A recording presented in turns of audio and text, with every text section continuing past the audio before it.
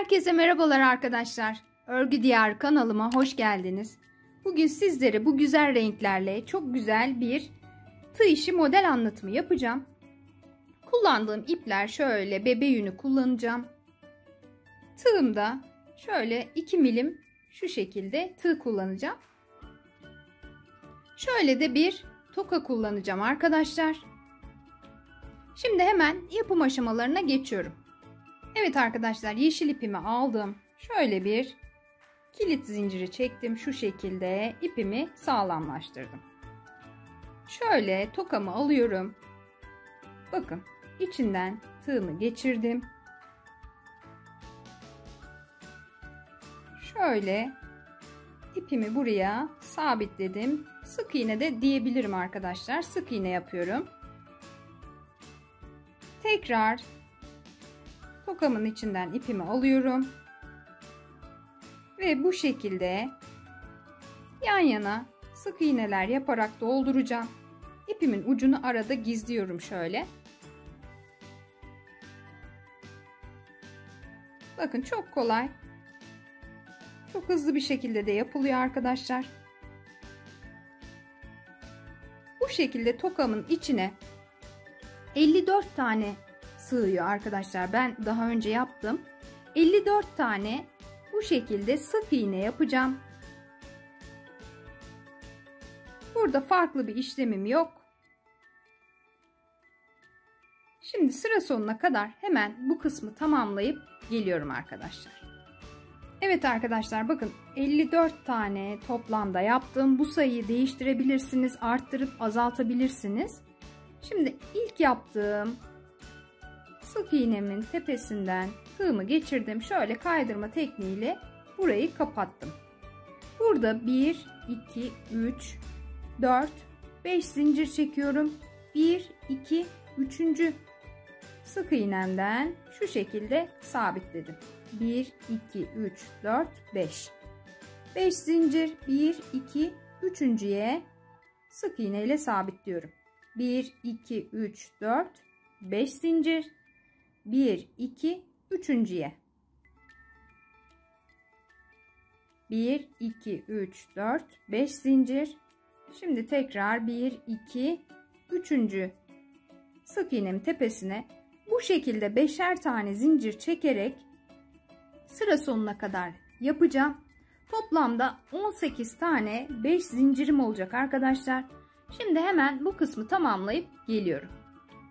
Evet arkadaşlar, bakın bütün tokamın etrafını bu şekilde çevirdim. 1, 2, 3, 4, 5. 5 tane zincirimi çektim en son. Şurada ilk yaptığım sık iğneden şu şekilde kaydırarak sabitledim. Burayı sayabiliriz isterseniz. 1, 2, 3, 4, 5, 6, 7, 8, 9, 10, 11, 12, 13, 14, 15, 16, 17 ve 18. Şimdi burada bakın, şu çektiğim 5 zincirin içine şu şekilde bir sık iğne yaparak geçiyorum arkadaşlar. 1, 2, 3 tane zincir çektim. Tığma ipimi aldım. Bakın, bu zincirimin içinden şöyle 1, 2, 2. Üçlü bir trabzan yaptım. Bir tane zincir çektim. Tekrar tığma ipimi aldım. Üçlü bir trabzan daha yaptım. Arada bir zincir. Tekrar tığma ipimi alıyorum. 1, 2, 2. Yine üçlü trabzan yaptım. Bir zincir çektim. Tekrar tığma ipimi alıyorum. Bakın, bu şekilde 4 tane üçlü trabzan yaptım. Şimdi burada 1, 2, 3 tane zincir çektim. Ve şurada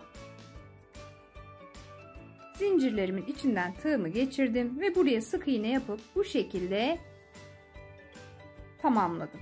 Şimdi hemen bir yandaki zincirlerimin içine sık iğne ile geçtim arkadaşlar.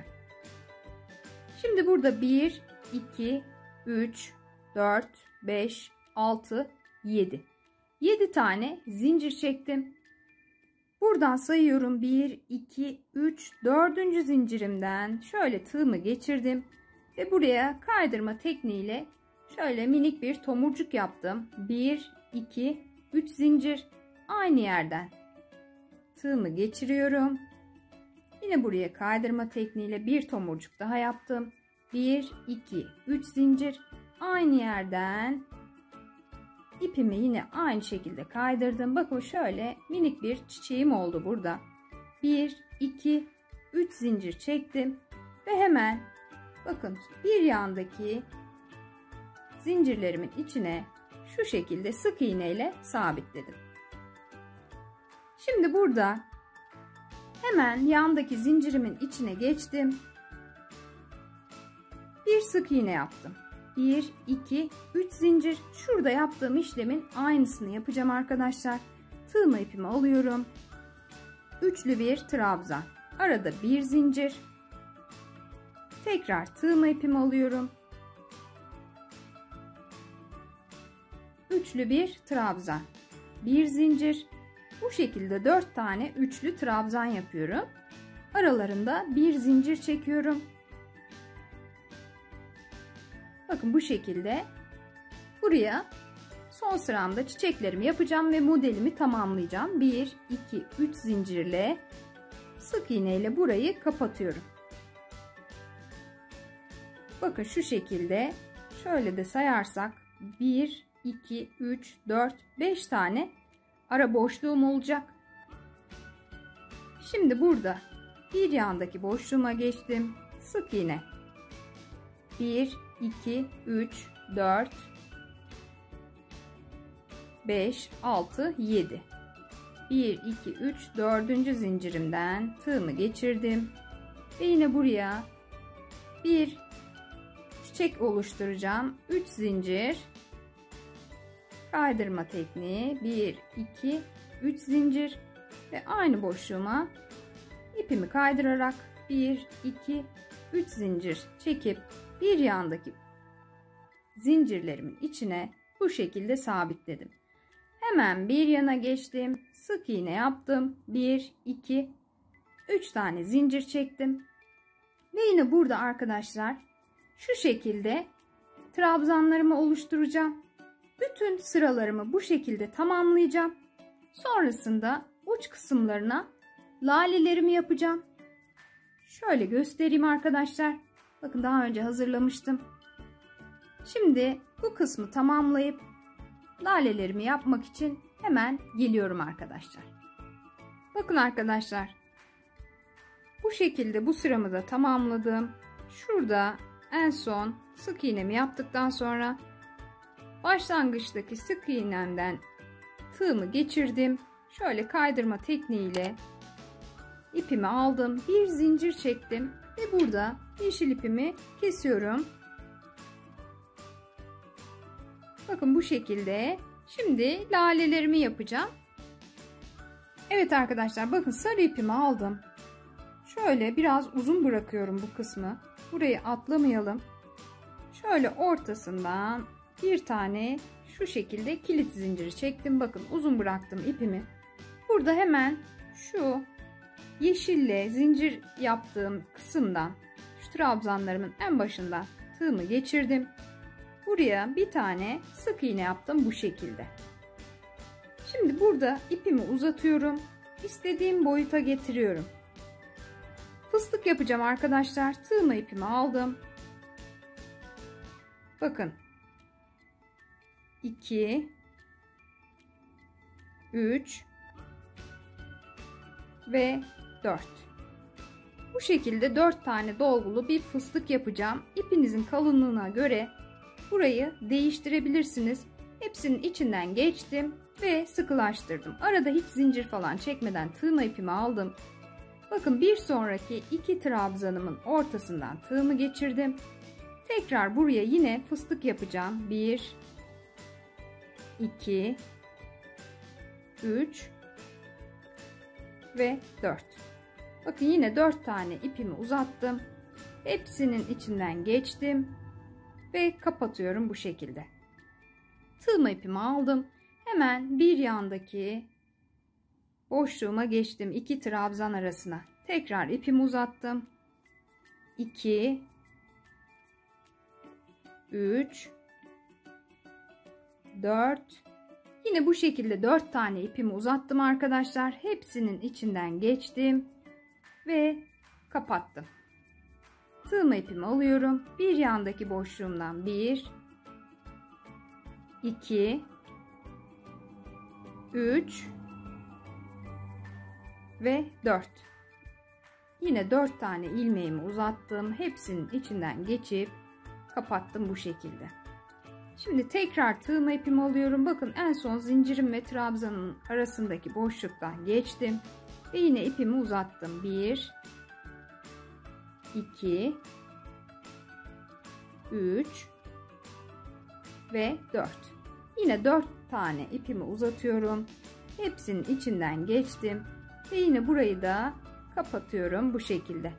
Bu şekilde yan yana 5 tane fıstığım oluyor arkadaşlar. Bakın burada tığımı ipten çıkardım. Şu en başta yaptığım fıstığın tepe noktasından, birleştirme noktasından tığımı geçirdim. Ve ipimi buradan alıyorum arkadaşlar. Bakın bu şekilde. Şöyle ipimi kaydırdım. Hiçbir şey yapmadım. Şimdi burada 1 2 3 tane zincir çektim. Tığma ipimi alıyorum. Şurada 2 fıstığımın ortasındaki boşluğumdan şuradan tığımı geçirdim. İpimi aldım. Buraya ikili bir trabzan yaptım. 1 2 3 zincir ve 2 trabzanımın, zincirim ve trabzanımın ortasından tığımı geçirdim. Buraya bir sık iğne yaptım bu şekilde. Tekrar tığma ipimi aldım. Aynı boşluktan yine tığımı geçirdim. Buraya yan yana 2 tane ikili trabzan yapıyorum. 1 2 3 zincir ve trabzanlarımın arasından tığımı geçirdim. Bir sık iğne. Tekrar tığma ipimi aldım. Bakın bir sonraki boşluğumdan 2 fıstığımın ortasından tığımı geçirdim yine. Buraya ikili bir trabzan yaptım bu şekilde. 1 2 3 zincir ve trabzanlarımın arasından geçerek sık iğne ile sabitledim. Tekrar tığma ipimi alıyorum. Bu boşluğuma da 2 tane ikili trabzan, 3 zincir ve tomurcuk. Bu şekilde tomurcuklar oluşturuyorum arkadaşlar. Tekrar tığma ipimi aldım. Bakın bir sonraki 2 fıstığımın ortasından tığımı geçirdim. Ve 2 2 ikili bir trabzan. 1 2 3 zincir. Hemen trabzanlarımın ortasından tığımı geçirdim. Sık iğne. Tekrar tığma ipimi aldım. Aynı boşluğuma bir trabzan daha. 1 2 3 zincir. Aynı boşluğumun içinden sık iğne ile sabitledim. Tığma ipimi alıyorum. Bir sonraki 2 fıstığımın ortasına. Bakın arkadaşlar şuradan dıştan içe doğru tığımı geçirdim. Buraya yine ikili trabzanımı yapıyorum. 1 2 3 zincir tomurcuğumu yaptım. Tekrar tığma ipimi aldım. Aynı boşluğumun içinden tığımı geçirdim. İkinci trabzanımı yaptım. 1 2 3 zincir ve aynı boşluğumdan sık iğne ile sabitledim. Şimdi tığma ipimi aldım. Bakın en son şu fıstıklarımın başlangıçtaki birleştirme noktamdan ortadan yine geçiyorum. İkili bir trabzan, 3 zincir. Şöyle sık iğne ile ortasına sabitledim. Tekrar tığma ipimi aldım. Yine buraya da 2 tane ikili trabzan yapacağım. 1 2 3 zincir, ortasından sık iğne ile sabitledim. Bakın şöyle sayalım burayı. 1 2 3 4 5 6 7 8 9 10 tane tomurcuğum oldu. En baştaki zincirimden şöyle tığımı geçirdim. İpimi aldım. Burada kaydırma tekniğiyle buraya sabitledim. Bir tane zincir çekiyorum. Ve ipimi burada kesiyorum arkadaşlar, sarı ipimi. Bakın bu sarı ipimi şöyle gizleyeceğim. Şurada trabzanlarımın altından tığımı geçirdim. Şuradaki ilmeklerimden buradan sarı ipimi alıyorum. Çektim. Ve yine ortadan tığımı geçirdim. Bakın şu şekilde ipimi ortaya aldım. Burada yine şuradan ipimi kesiyorum. Ve ipim ortada görünmeyecek arkadaşlar. Şimdi lalemin taban kısmını da tamamlayacağım. Bakın şu ipimi uzun bırakmıştım. Şöyle elime sardım. Şöyle zincirimin arkasından şuradan tığımı geçirdim. İpimi buradan karşıdan bu tarafa aldım arkadaşlar. Şu şekilde. Tekrar karşıdaki zincirlerimin arkasından tığımı geçirdim. Şöyle tığımda 2 ilmeğim oldu. Şimdi ipimi alıyorum. Ve bu ikisini şu şekilde kapattım. Bir tane zincir çektim.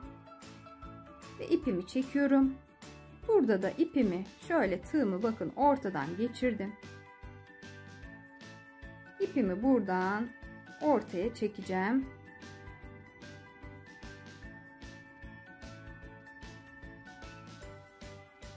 Ve yine burada ipimi ortadan kesiyorum ki ucu içeride kalıyor. Görünmüyor arkadaşlar. Bakın bu şekilde şöyle gayet güzel şık bir lalem oldu. Ben çok beğendim arkadaşlar bu modeli. Toka olarak da çok şık duracağını düşündüm. Kız çocuklarınıza yapıp bu bahar yaz mevsimlerinde rengarenk yapıp kullanabilirsiniz. Burada her bir trabzan yaptığım yerlere lalelerimi yaparak ilerleyeceğim. Şimdi daha önce yaptığımı paylaşmak istiyorum hemen sizlerle. Bakın bu şekilde ben mor ve sarı kullandım. Renk renk de yapabilirsiniz. Her bir lalemizi farklı bir renkte yapabilirsiniz. Çok şık duruyor. Ben çok beğendim. Gayet kolay ve çok keyifli arkadaşlar yapımı. Mutlaka denemenizi tavsiye ediyorum. Yapacak olan arkadaşlara şimdiden kolaylıklar diliyorum. Başka bir videoda görüşmek üzere. Hoşça kalın.